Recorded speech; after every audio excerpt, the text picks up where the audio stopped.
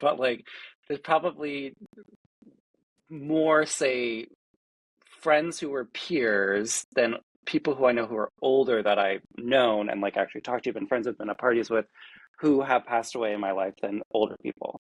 Let's say. And like that I think is Right. interesting. I've not really thought about it until this story came out, and I was like, huh. And I think a lot of this, like, let's say, which I think is maybe more unique to millennials, especially millennials in cities, is like Yeah.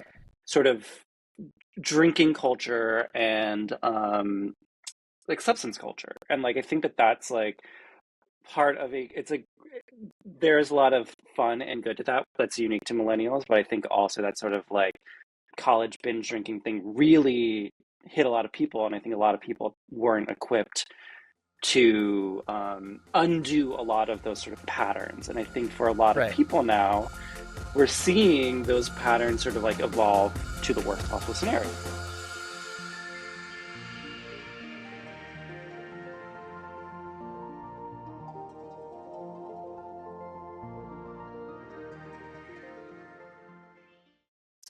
It's hip replacement. This is episode number 24. Kyle, we're here with Cris, who sounds from the sound of things. Sorry, that was weird. Sounds from the sound of things like she's across town from you in Barcelona. Is that right? Yes, technically, Cris lives right down the street from me, like 3 blocks away. Although Oh, I wow. Okay. am more than 3 countries away because I'm still in Stockholm, which is Oh, fabulous. right. I'll be back Of on course. Friday when Cris and I will probably meet up very soon after because we've been talking. Anyway, so Cris is technically our second, no, third Barcelona guest, but first Spaniard guest, actually, because Cris Okay. is All from right. Well, Spain, from the south of Spain. as an inclusive podcast, we are all about making sure that we have Spanish representation. Oh, absolutely.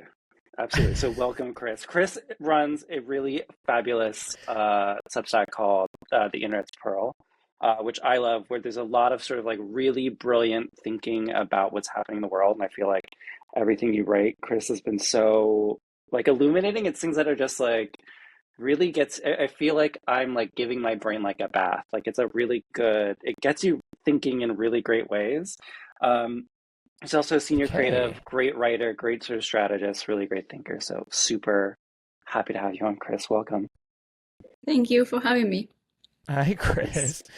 Well, Cris, wow, the whole idea of a brain bath is It's true. that's got my mind spinning a little bit.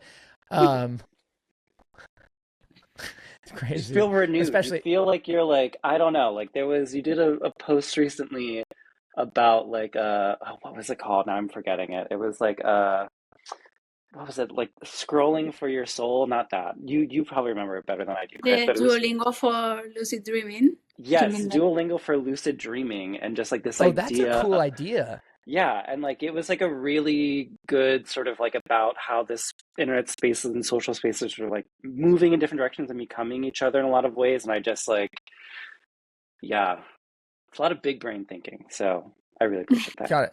Well, Cris, where did you get such a big brain from?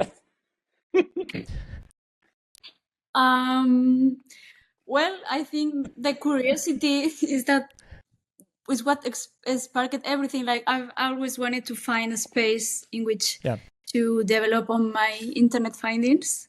So that's the idea behind the internet pearl. Like as an oyster, you go swimming and try to find the most interesting ones and bring it to the world. Got it. Got it. Yeah, Like, you filter the internet and slowly it accumulates into an irritation that becomes a pearl of wisdom. yeah. That's great. I love that. I'm a yeah, big that's oyster great. guy. I love as a quick aside, the 99% Invisible podcast about oysters is worth going back. It's from 2017, and I just revisited it recently because we get a reminder several times a year that New York Harbor used to be the world capital of oysters. There were trillions, apparently, trillions of oysters in the New York Harbor.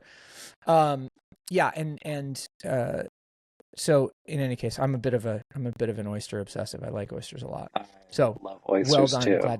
I'm glad we're here with the pearl.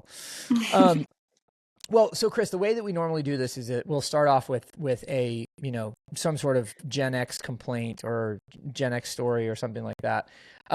And to be honest, I was out at an event on Saturday activating, and I didn't really get to put a lot of stuff together. So I think we're going to dive straight into millennial culture and the very give Kyle the stage to wax forthwith. I feel like we got a lot of Kyle, where do you want to start? Which is fine. Yeah.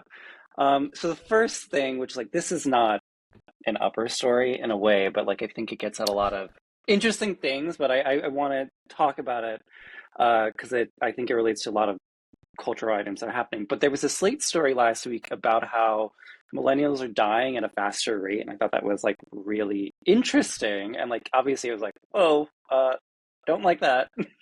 But like sort of like the idea behind, and sort of American millennials, let me caveat that, is it was sort of talking about everything from health outcomes, meaning like, long COVID and issues like that, sort of hitting at a specific age, and not recovering at these sort of young ages, which, as we know, these outcomes are not great for a lot of people, paired also with stress and, economic stressors, things like that. And then also the use of substances too. So like it can make a toxic soup of, what outcomes. And that's sort of what these doctors are sort of talking about. And that was really, really interesting. And it ties to another item that I think we'll talk about in a little bit, is that like, which is intergenerational, about sort of like the drop in drinking rates for Americans. These things I think are related, but like I think like first, the death rate item, which I think is a bit of a shocker, but like part of me is like, yeah, I can see these things adding up. It makes sense. I don't know if it's necessarily more than any other group, but it's a younger group, which I think is probably why it's more pronounced and why it sort of caught my ear.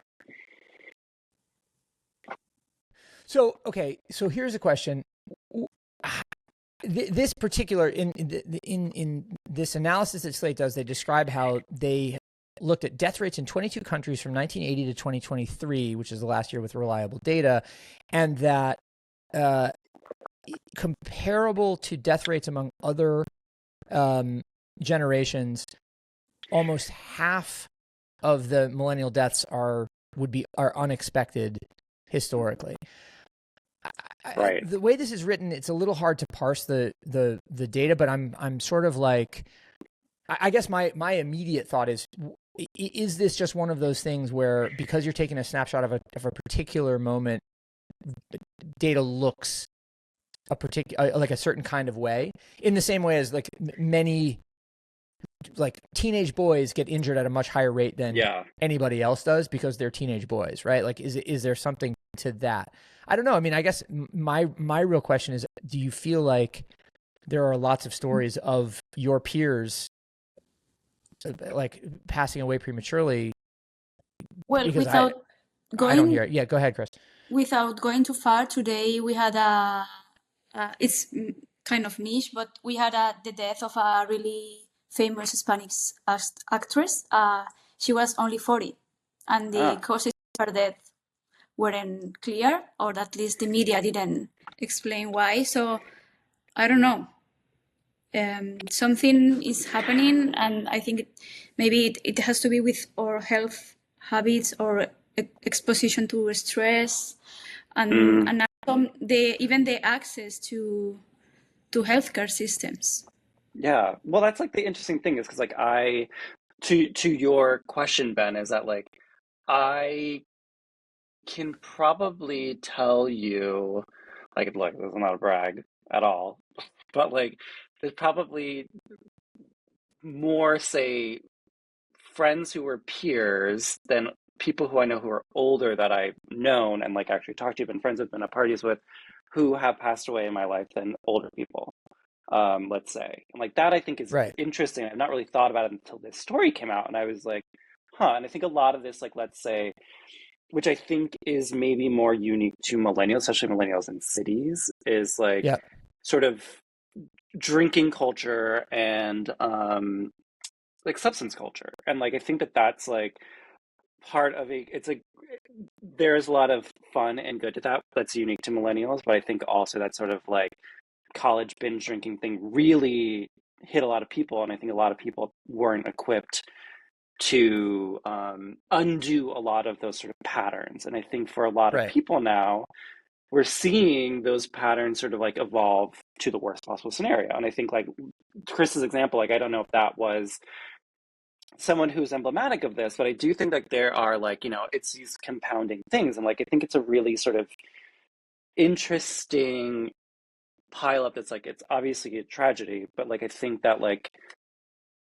I'm not sure if this story is 100% correct and if I even believe it, but I Right. do think that like colloquially, casually, like I feel like I have sort of felt Yeah. twinges of this, even on like my TikTok too. Yeah. And as we were speaking, I was just checking. So if we had any more information, and it was about cancer, and particularly the rise of cancer in younger Yeah. Yeah, younger people. It's growing. Also, I recently read about the prevalence of digestive system cancer in the younger population. So maybe Yeah. it's linked with the way we eat and what we put in our bodies. Yeah. No, I don't know. I knew RFK Jr. was right. I knew he was right. God, take it back. Take it back. Go back. Listen, anybody who goes swimming in blue jeans is okay with me. No, or working out in blue jeans. Oh, awful. What a jackass. Yes. Well, but okay. So speaking of that, making America healthy thing again, one, you know, this really, I don't know if it was startling actually to everybody. It was startling to me. Figure that came out last week about how only 54% of Americans say that they drink. I mean, which I found startling because I struggle to believe that and wonder to what extent people are not self-reporting correctly or where the data comes from or whatever the case is. But also that the way the drinking split along political lines was also fascinating, with Republicans drinking less than Democrats, which sort of runs counter to the way you would intuit all of that stuff, I guess. Right. I don't know. All of that ballasted by the idea that there are countervailing studies which say, no, actually, nobody is drinking any less. And actually, all the generations are drinking more than they were before. Like the squabble over the truth here is weird and concerning. These stories, look, every story about these things I always click on because I'm always like, to the point of what we were just talking about, I'm always like, am I drinking too much? Like, am I going to die tomorrow? And it's always like, no, like I'm fine. But like, I always click on them because they're so sensationalist. Like that's the point, is like, you know, right. Is this generation drinking more than another generation? Like, it's like sort of like, is wine good for you? Is it bad for you? All this stuff. Like, it's a whole economy of that. But like, I do think like, the Republican thing I'm not surprised by, or the conservatives not drinking I'm not surprised by, given sort of like their holier than thou, whatever. But the other thing that I do think is real is that like younger generations just aren't drinking like they used to, or not like they used to, I mean like millennials are drinking. And that has been so fascinating to me. I think that's probably more like a COVID hangover thing. Because like I will say, like, really quickly, like hosting events in Barcelona and having people over, like I've maybe mentioned this in podcasts before, but like I used to buy like 6 bottles of wine to have people over for the book club, and now like nobody drinks this stuff. And I'm like, really? Okay, look, I save money, but like I'm just surprised. Like it's like this is a hangout, and like we're drinking kombucha, which I love again. But I'm like that has been surprising to me, and I think that's more of the state of things. I guess, Cris, are you seeing that? I don't. Yeah, I feel that now there are simply more options on the table. So Sure. You can like abstain or moderate or diversify. And what people are doing right now is like moving through these contradictions. Like maybe I'm going out this week and I drink a glass of wine, but maybe next week I don't. So right. I feel that they don't see it like a must, like maybe on previous years. But at the same time, they treat their bodies in a way that is, I don't know if you have seen this meme of the temple that my body is my temple, and then the temple is closed. And the meme portrays like someone having a super healthy breakfast and then hitting the drinks at 11 p.m. So I feel that Yeah. they navigate this. I only know, as Kyle famously knows, I only know one meme. It's the one about having two wolves. Yeah. No, anyway, I'm just joking. Very millennial of you. Well, but I think, I mean, that to me gets to the essence of these questions, and to what extent I wonder to what extent they will be durable. Like it feels, I look at, having a Gen Z, who involved in a very active sort of alcohol culture, aka American college, and just having moved him into college yesterday, his flatmates are talking very loudly about how much light beer we're going to drink tonight, and how sick the DJ set is going to be, and who's hosting, and so on and so forth. It was all very much an active social life that in which drinking was not just a featured part; it was an absolute requisite. So I wonder to what extent these are either survey respondents or even the authors or conceivers of these pieces, like virtue signaling to a degree about how healthy they think they are, when in fact, Cris, to your point, the temple is mostly closed the way that it always has been. Well, it's like to your point, or to all of these stories, like this also is happening simultaneously. Like just a few weeks ago, like this was very recent, there was a story that sort of like buoyed the drinking industry, or like the drinks industry, where it was like, well, Gen Z's drinking, they're drinking numbers are up. And I was like, oh, so they are drinking. Like, so what's happening? So like, again, like to this point, it's like, all these things are true and all of these are not true.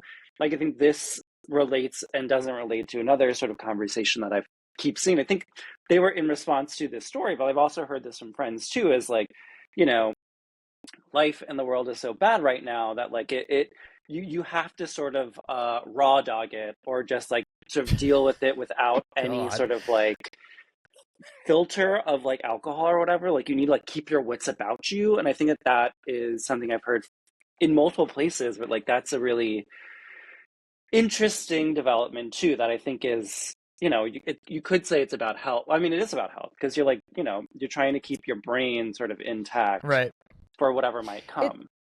It's gonna be, and Cris pointed out this trend, which I'd love to hear more about, which is where you have a full strength Boilermaker, and then you have a non-alcoholic beer. Like, so, I mean, back in my day, that was drink a glass of water, but that's a whole different, Damn. it's a whole different practice. I mean, go ahead, Cris. Yeah, and I also feel that people that are indulging in all this drinking scene and maybe romanticizing, maybe they also, I've been thinking when developing and thinking about this conversation, I was thinking, okay, now you've seen the comeback of Lindsay Lohan, particular profile of person that is known for substance abuse. So maybe maybe these younger generations feel that the damage can be reversed in a way. Like, okay, you can indulge in these kind of things because in the end, maybe technology or medicine can. Sure. We pray at the altars of Kris Kardashian and Brian Johnson, and our youthful skin will be restored. Our livers. But it's true. Like, there's like these things. Like, look, hey, like if you even told me like 5 years ago, like something like Ozempic would really like decimate the sort of like body positive, let's call it, world, and like this sort of like being inclusive world, because people had easier access to something that can sort of like make you lose all of your weight really quickly, and like that is great for a lot of people, and it's not great for a lot of sort of things, but like it is what it is. But that is sort of speaks to a technology that sort of like really is radically changing a lot of the world. Like McDonald's is redoing their menu in a lot of ways because like people aren't eating as much. So like there's not look, am I like weekly wine budget banking on like a like liver redo in the future from a medicine? Like no, but like if something like that were to happen, I would not be surprised at all. Like I feel like that Sure. could happen. Like it's a leading cause of death. Like I wouldn't be surprised if like there was like liver and lung rejuvenation for people who like had a bit too much fun. Why not? Oh yeah, no, 1,000%, 1,000%. I mean, so Cris, not to say you're planning for a liver and lung rejuvenation, but do you like impose? I thought Kyle's point about a wine budget is interesting. Do you impose any sort of a metric on how much consume? Like, let's say how many drinks you have a week or anything like that. Yeah. That kind of quantified self is interesting to me. Yeah, I mean, I don't actually quantify the glasses of wine I have in a week, but for example, in the weekdays, I try not to. For example, if I have a friend visiting in town and she's in town on Wednesday, okay, we can have a glass of wine, but I don't try to make it like my norm and make it more common on weekends. But maybe there are weekends that I'm in full healthy mode and I don't. Yeah. So to me, that's logical. That makes sense. The idea of imposing any of these sort of strict guidelines just seems unsustainable. Agreed. And you're talking to somebody who, like, religiously every October and every February is straight edge and vegan for the month, just because I feel like that's the only way that I can like successfully meter is to say to people, it's February, so I'm not drinking. Catch me on March 1st and we'll have a drink together. But I can't do the weekday thing. I think really people. I think no, not effectively. No, because what happens is people are just because I and this comes from essentially entertaining as part of my job for a long time. Is that people go out with somebody on a Wednesday and be like, oh yeah, no, I'm taking tonight off or I'm taking this week off or whatever, and people are just like, oh, it must be about me. I'm not cool enough for you to drink with, or what did I say, or I didn't take you to the right place, or whatever it is. It's almost like you're judging me in some way. I'm just like, no, it's not that. It's February. Catch me on March 1st. That is okay. So that's really interesting because like I have a very similar sort of like system as Cris does, where it's just like, yeah, like unless like I am now, for better or worse, like if I am like at home during the week is like, no, like I'm not, no, like I have life to do. Granted, that means like I will still go out and like meet with people, whatever, like often again, like drinking kombucha or whatever. Which like to that point is like, I think you would be surprised, Ben, like going out now and like being like, oh yeah, I'm gonna have like the non-alcoholic option. I feel like people would then all just jump on board. I've gone to drinks with people where like half the group might be having drinks, the rest are like having like non-alcoholic wine or non-alcoholic whatever, and it's like that blows my mind every time because I'm like, I would not, if you told me this in 2019 I would have said no, that's not real. And it's so real. Well, not only that, but that it is, that there's a vogue for it and that people are willing to pay a premium. But this is the other thing that blows my mind about non-alcoholic options. It's like if I'm being teetotal, I'm trying to avoid non-alcoholic products too, because I'm sort of like, I'm water is just fine, guys. Thank you. It was interesting. I went to a talk last week that Melanie Mazarin from Gia, who's the founder of Gia, was at, and like Gia is a product. Cris, are you familiar with Gia? Yeah.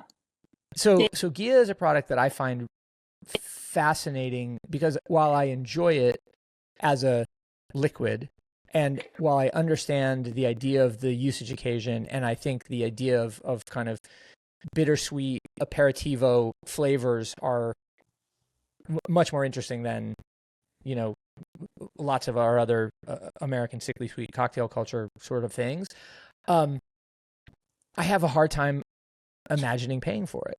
And it's just like, I don't know. There's just something in my head which is just like, no. If I'm gonna pay alcohol money for a drink, I would like it to have alcohol in it. Mm.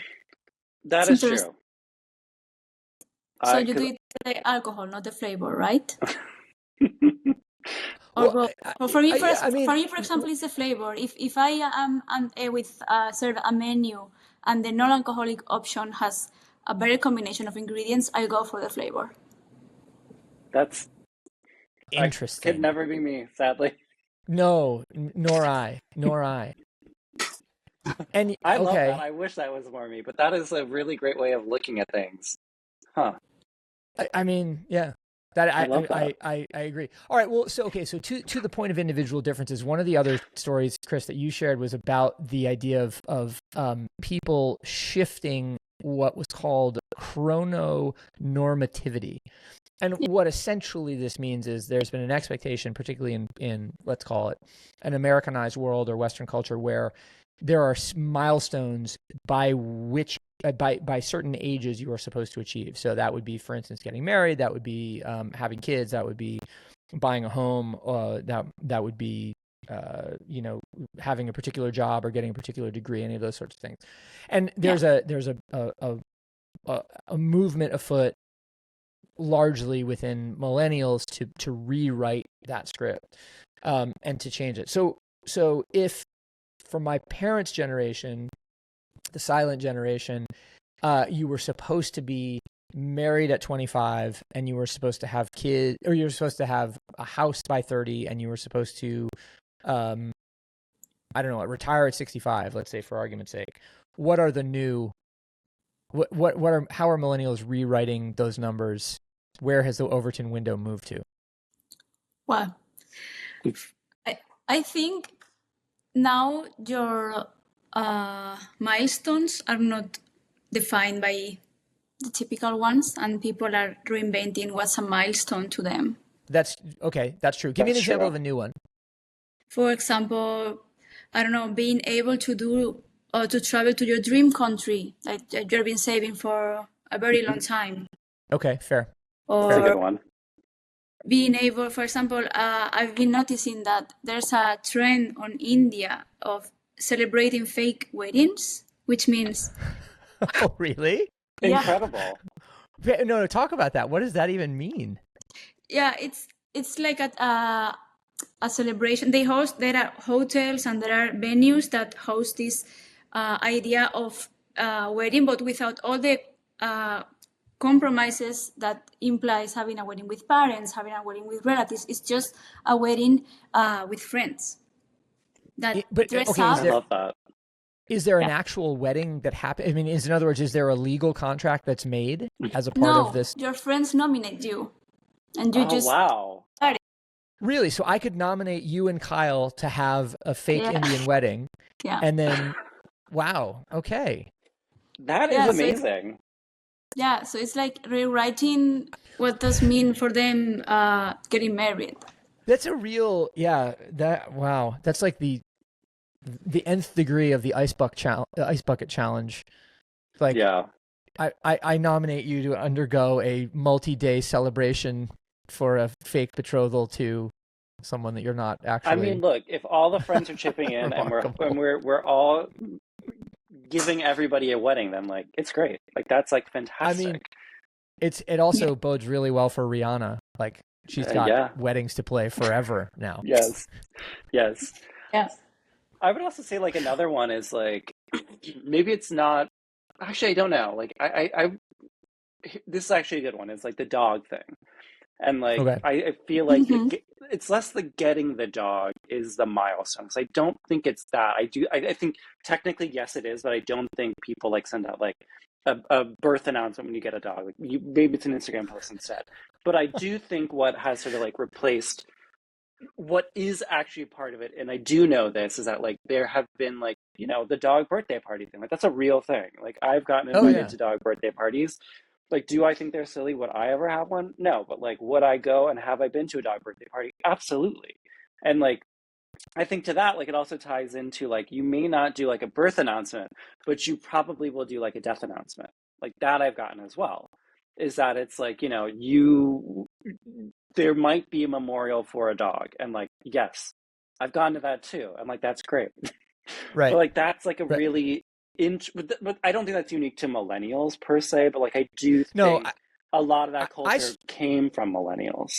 I agree with you. I saw some friends of ours who recently sent their son off to college just did an Instagram post about how they got a new dog. So there are some dog birth announcements happening.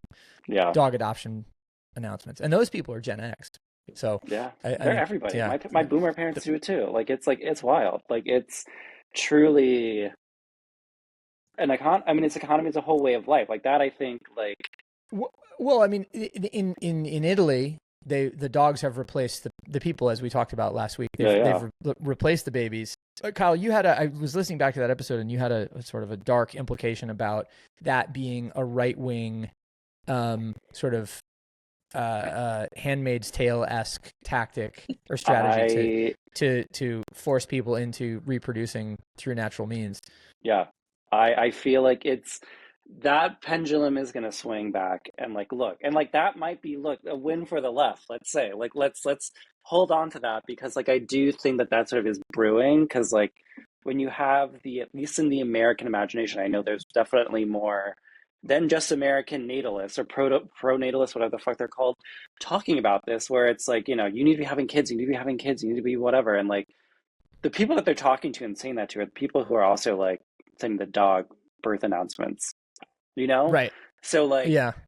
once they connect those dots and like we're a very short window before they connect the dots. Like there's a reason why Trump doesn't have a dog in the White House, let's say.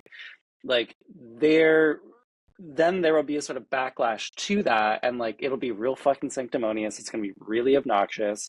People pretend like they've never loved dogs unless you're like those terrible like who is it Christy Noam who like killed a dog like those terrible Yeah. right-wing people like that's not surprising Terrible. but like it's going to become a more complicated space for the people who are more like normie like centrist let's say and then like all of a sudden it's like my dog is anti-American or anti what like that's going to become a really weird space and like I feel like that's going to happen it's going to happen like I don't think in Justice States like we're already being primed for that conversation. So okay, so does that ties into something, and Chris, maybe you chat about it a little bit. The cringe sincerity cycle. I wonder to what extent the dog moms into real moms into not moms into you know what I mean? Like to what extent it represents a cycle that we are in the midst of a transmission through. Yeah. I mean, the Cris Címbora circle, it's been named by Amy Francom and Style Analytics, and it's more related to style and Gen Z and the way they approach joining trends. So they do it first through in a position of detachment, like, okay, I wear these skinny jeans ironically, and if it lands, they go full in. But if it doesn't, it was just a joke. So Right. when it's massively adopted, it becomes a trend. So the cringe that was perceived at the beginning, it becomes a sincerity cycle because everyone is adopting it like as the new thing. Sure. That is But I don't know in the case of dog, how can that be applied? Well, so we are feeling as and not me obviously, but millennials feel a pressure to hit particular milestones in their lives before they make big life stage changes. So I have to earn a certain amount of money, or I have to get a certain job before I can get married or have kids. So instead of getting married and have kids, I get a dog. Then I become a parent to an animal. Then I don't have to be a parent to a child anymore, but parenting gives me the feeling that I want to be a parent. Dog parenting gives me the idea that I want to be a real parent, and so then I pursue a more traditional route to parenting. I'm not saying it's along the lines of cringe and sincerity and irony, the way that the circle is laid out, but I do think there's an interesting correlation that Kyle's sense of conspiracy gets to, which is like that progression can be mined and exploited in a way that is as weird and dark as the idea of wearing skinny jeans as a joke. Yeah, well, it's not that crazy. My mom has already said to me things like, okay, I have a cat. Look, you will the same love you have for your cat, you will develop for your children in case you want one. I'm, So we not are wrong. reaching a point, maybe. But The, it's a really. by the way, go ahead, Ben. I was just going to say I watched a movie over the week. I watched Kareem Rama and Mary Neely's film Or Something on Friday, and one of the storylines is about cats and how there's a cat named Frank, and whether you're allowed to name cats, like give people names to cats. But it gets to that, right? Like you personify your animals in a way that, yeah, exactly, will imbue a love for all creatures, especially your own human children. Well, I was just gonna say is that like what's interesting to me is like, and I've not thought about this until like literally right now, is that like I don't think I can name a single person who I know, a single peer, millennial, let's say, who I know who has a kid who didn't have a dog or a cat first.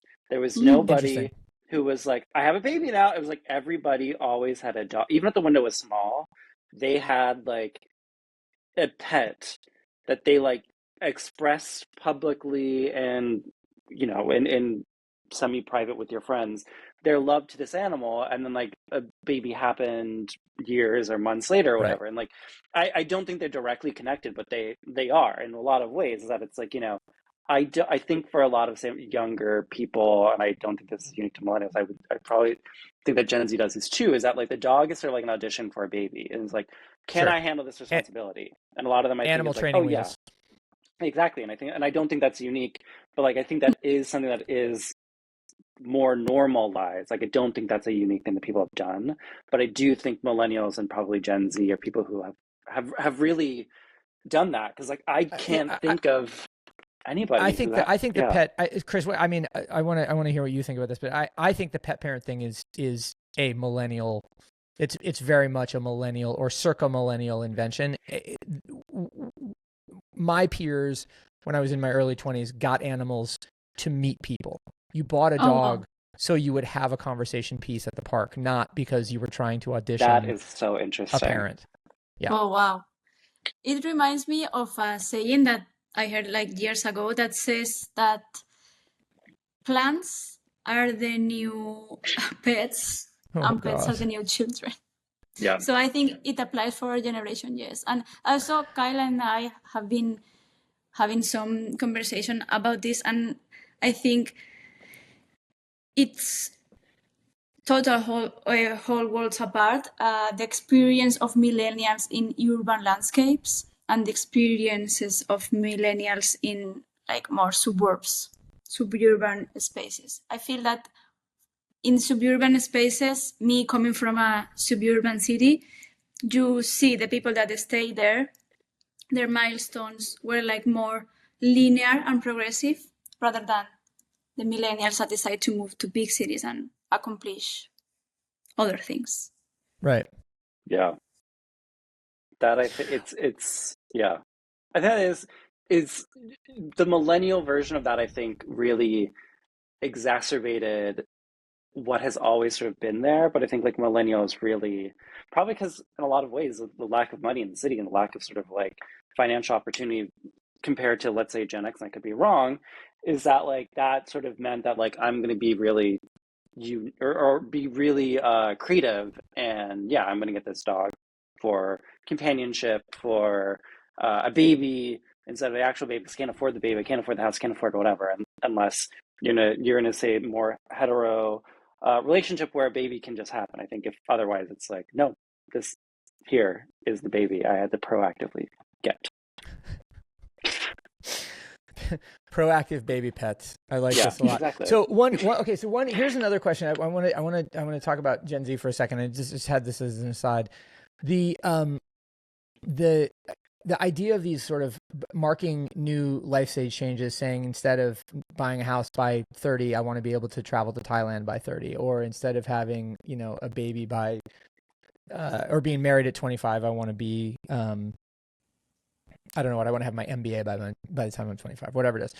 The idea of these numbered mileposts reminded me of the memes happening with Gen Z and Gen A to some degree around 6, 7, and 41.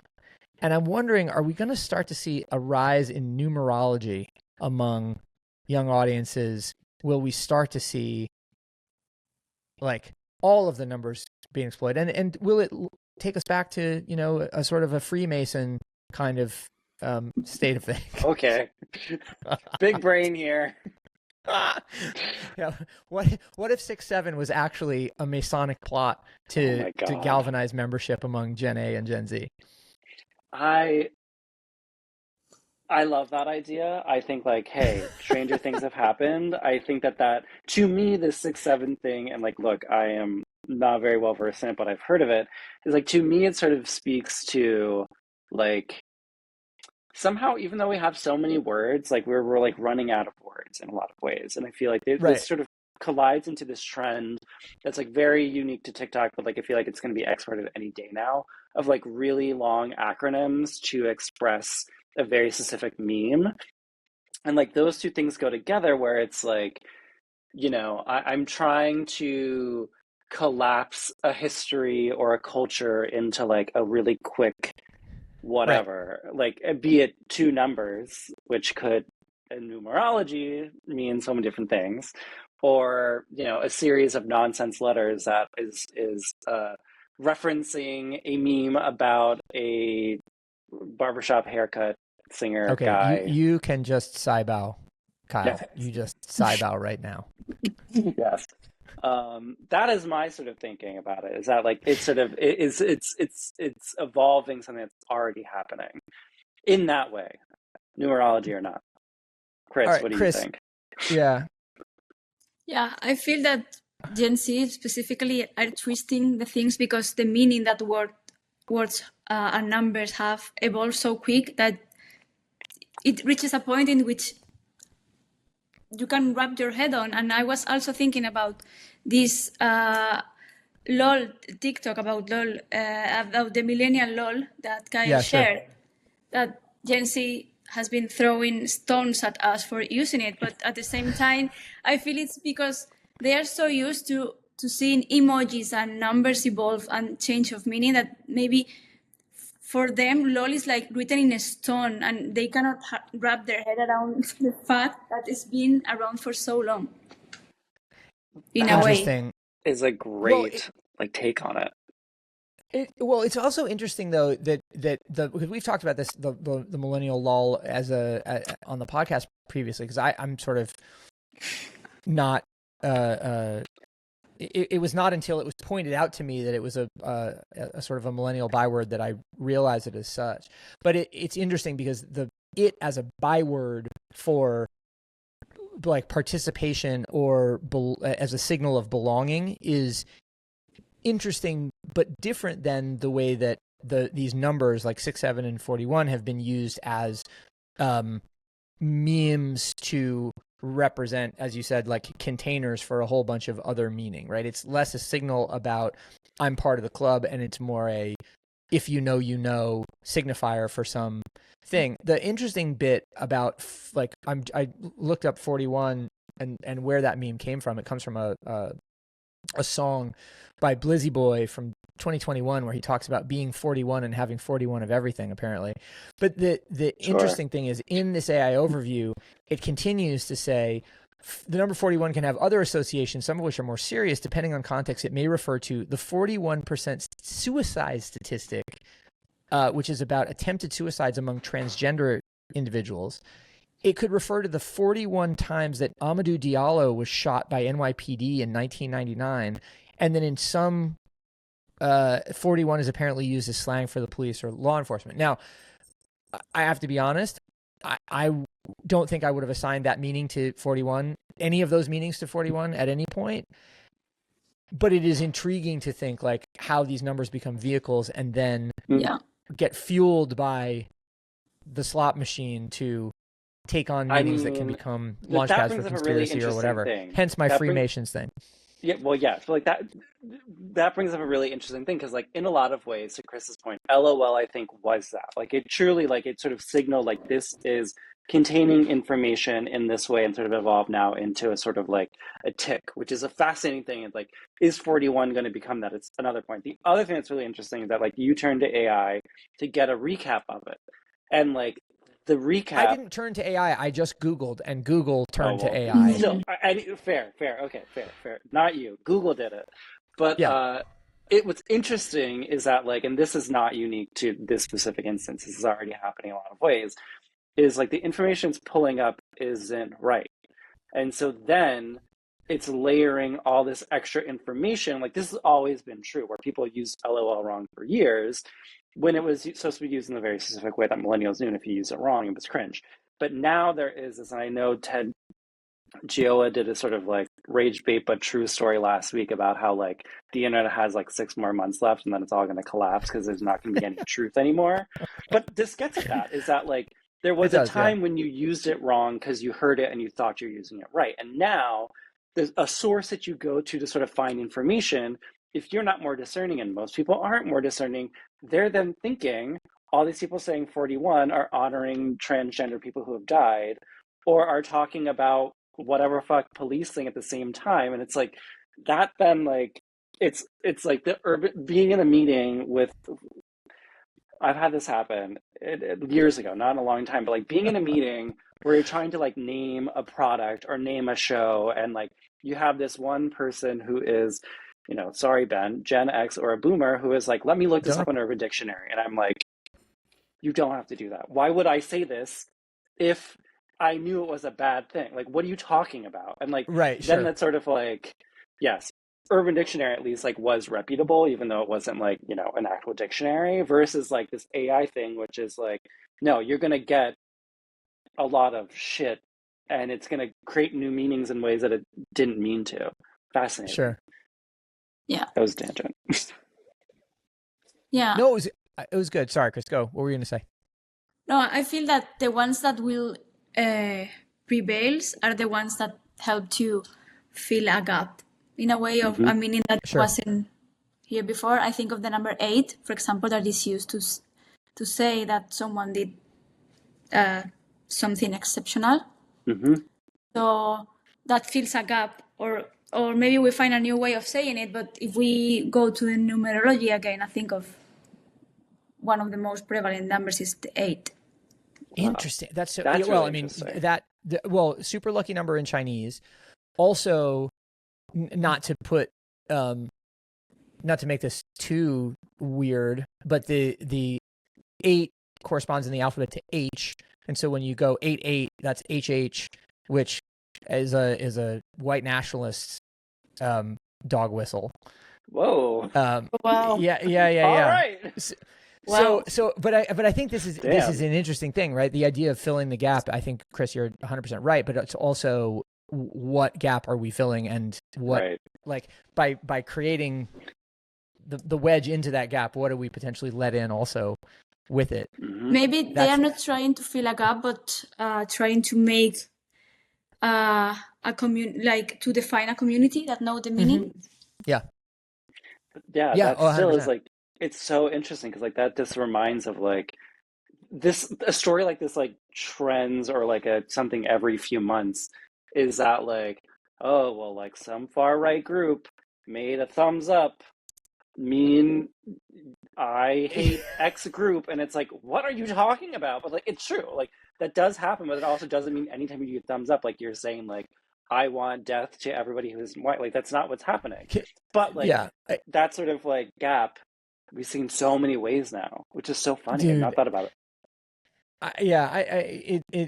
Which is why conversations like this are you know, important, relatively speaking, is just to try to interrogate a little bit, like what's the actual intent here, right? Like if I'm doing an okay sign, am I actually calling for white power, or am I just doing an okay sign? Right. I'm just doing an okay sign, just to be very clear about that. For everybody on the record. But it just seems, it's kind of amazing. Well, look, I mean, this is why we have faith, and it's in fact why maybe some of the stories last week about how, you know, we're approaching the top of the AI bubble start to really resonate, because when it becomes clear that human filters and human context are totally necessary, even in ultra optimized, ultra sort of automated, AI informed world, then you start to go, yeah, all right, what are the AIs doing? Well, it ends up they're well, what are they doing? They're filling some sort of lower level efficiency function, but they're not actually transforming things. Mm-hmm. Mm-hmm. Can't wait to be proven right. Well, Cris, we're coming to the end of the pod. I love all of the stuff you've been saying. So I've got brain baths to revisit. I've got the cringe circle to revisit. I love the metaphor of the internet's pearl as being this filtration system into distilling down or filtering down to the precious object. Where do people find you? On Substack. Mainly internet's pearl.substack.com. Yeah. Got it.